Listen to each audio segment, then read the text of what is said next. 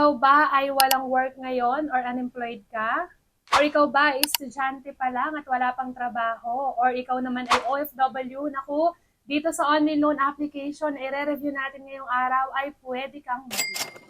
Hello mga ka-London, loan dito, loan doon. Panibagong araw, panibagong online loan application na naman ang ating pag-uusapan at re-reviewin. Tara, samahan niyo akong alamin kung ito na ba ang magiging solusyon sa pera problema natin. At kung bago ka lang sa channel na ito, ay huwag mong kalimutang mag-subscribe at i-click ang notification bell para lagi kang updated sa mga susunod pa nating mga videos. At tama ka nga nang narinig, totoong-totoo to, kahit wala kang trabaho, ikaw ay estudyante at isang OFW, ay pwede ka nga makapag-loan dito sa online na i-review natin ngayong araw.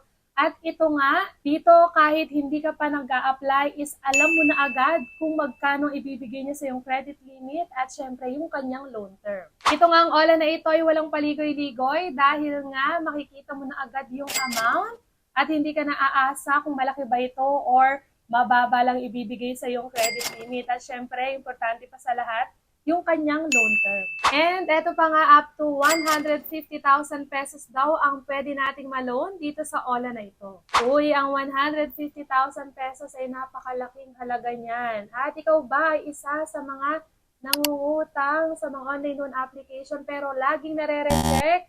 Naku, dito sa ating channel, baka ikaw na ang maswerteng mapili sa ating GCash giveaway.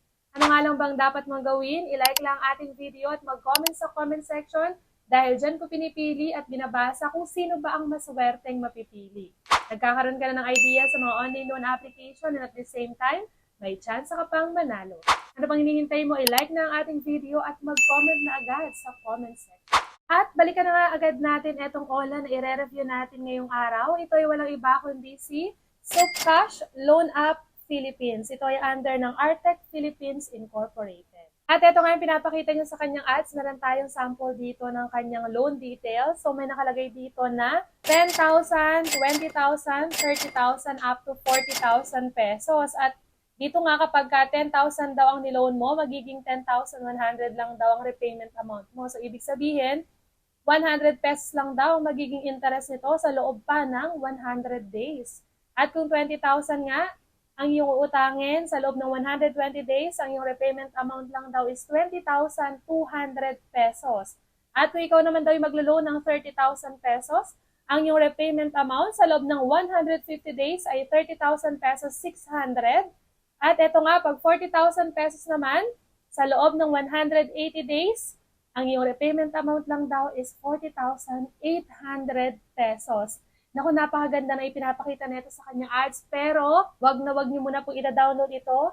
Hayaan niyo muna ako muna yung mag-try para at least magkaroon kayo ng idea kung magkano ba talaga yung pinapaloan, magkano ang mababawas, at syempre yung kanyang loan term. At ito nga si Soapcash, bukod sa maganda yung pinapakita nito sa kanyang ads, mayroon ito ngayong kasalukuyang na napakataas na rating na 4.9. Pero syempre hindi yan assurance para masabi natin na legit ang isang online loan application. At sa mga magtatanong po dyan kung saan ko ba na-download etong si Soapcash, ito po ay downloadable sa App Store at hindi po siya available sa Google Play Store. Kaya naman mga iPhone users lamang po ang pwedeng makapag-apply dito kay Soapcash. And ito pa nga makikita natin sa kanyang ads. Sabi dito, we meet your personalized loan needs. At dito nakalagay up to 76,000 pesos daw ang pwedeng ma-loan. Na mayroon nga daw loan term na up to 120 days at mayroong 0.04% per day na daily interest. Ito nga din daw ay mayroong professional loan services,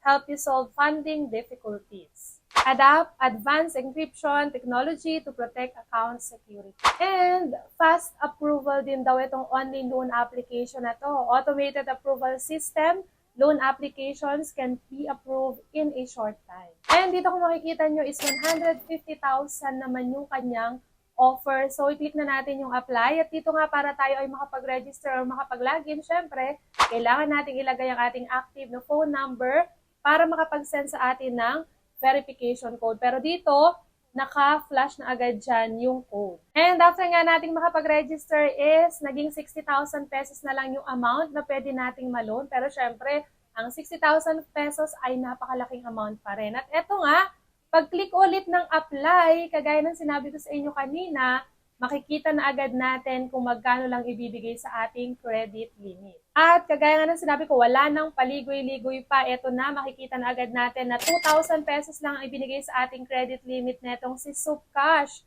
At ito nga ay hindi rin 180 days, kundi 7 days lang. At meron nga daw itong interest rate na 0.05% per day. O, diba? Kagaya lang din siya na ibang online loan application, ang pinapaloan sa atin, lalo na sa mga first-time user, ay 2,000 pesos lang. Pero ang kagandahan nga dito kay Subcash, hindi ka na niya paaasahin na magbibigay siya ng mataas na credit limit at yung mahabang loan term. Kasi kitang-kita na rin dito na 7 days lang, kailangan na nating bayaran yung amount na niloan natin.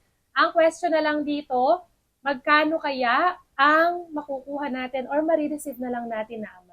And dito nga sa point na to ng ating review, alam mo na agad kung ikaw ba ay magtutuloy pa rin sa pag-apply dito kay Subcash or hindi. At kung magtutuloy ka, ito yung process ng pag-apply. And dito nga sa authentication, ito yung mga ID na pwede dito kay Subcash. Ito yung mga recommended ID type, kagaya ng UMID, driving license, passport, TIN, SSS, voter's ID, health card, at national ID. At kung wala ka pa nga dyan sa mga nabanggit, ito naman yung mga other options.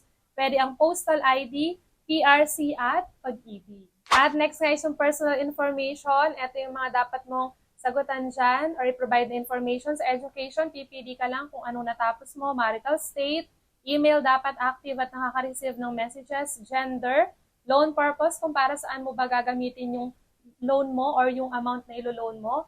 And then yung address details at yung home phone. And sa job information naman, syempre hindi mawawala dyan ang company name, company address, company phone number. Lagi tayong mag-ingat sa pagbibigay ng company phone number. Mas maigi siguro, ibang phone number na lang natin. Profession, pipili lang tayo. Work experience, kung gaano ka nakatagal sa iyong trabaho. Monthly income, at baka dyan din kasi nila i-base kung magkano ibibigay sa iyong credit limit. At of course, yung address details. And dito nga sa may profession, kagaya ng sinabi ko sa inyo kanina, pwede ang student, OFW, at unemployed. And sa emergency contact, kailangan lang natin makapagbigay ng 3. So, pakaisipin pa rin mabuti kung sino ilalagay natin dyan. Dahil once hindi tayo matawagan, for sure, sila yung susunod na lang tatawagan. And worse nga, marami nang naka-experience nito is lahat ng contact sa kanilang phone ay na-access ng mga agent ng OFW. And dito naman sa bank information or yung payment account information natin, pwede pa rin through bank or e-wallet. Sa e-wallet, pwede ang GCash, PayMaya, Coins, GrabPay, ShopeePay, at Omni. And dito na nga tayo sa pinaka-exciting part na ating review kung saan malalaman natin kung 2,000 pesos ba kaya talaga ang ibibigay sa ating credit limit netong si Subcash. So dito nga kung makikita nyo, hindi po 2,000 pesos, kundi 3,000 pesos. So, mas tumaas ng kaunti. So, dito nga makikita natin, 7 days pa rin, hindi naman nabago yung loan term. At dito nga, ang marireceive natin doon sa 3,000 pesos ay 1,800 pesos na lang. Grabe. Saan kaya napunta yung 1,200 pesos? So, dito, yung repayment amount natin is still 3,000 pesos. Processing fee, napakalaki, 1,001 pesos. And then, yung kanyang total interest fee is 19 pesos. At meron nga rin din itong risk control service fee na 180 pesos. At yung total nga na 1,200 pesos ay doon mapupunta. So, 1,800 na lang po ang marireceive natin doon sa 3,000 pesos. At kung okay nga sa'yo etong ganitong klase ng loan na 3,000 ang ibibigay sa yung credit limit, tapos ang marireceive mo ay 1,800 pesos at 7 days pa lang is kailangan mo ng bayaran, ay nasa sa inyo na po ang desisyon kung itutuloy niyo pa rin ang paglo-loan. Ang purpose lang ng ating review ay bigyan kayo ng idea kung magkano ibibigay ng credit limit, magkano ang mababawas, at syempre yung kanyang loan term. At yun nga po ang kabuang loan details netong si Subcash. Kung gusto mo manalo sa ating GCash giveaway, i-like lang ating video. Huwag kalimutang mag-comment sa ating comment section para sa tsansang manalo. At dito na lang muna natatapos ang ating review ngayong araw. Hanggang sa muli mga ka-London! Bye-bye!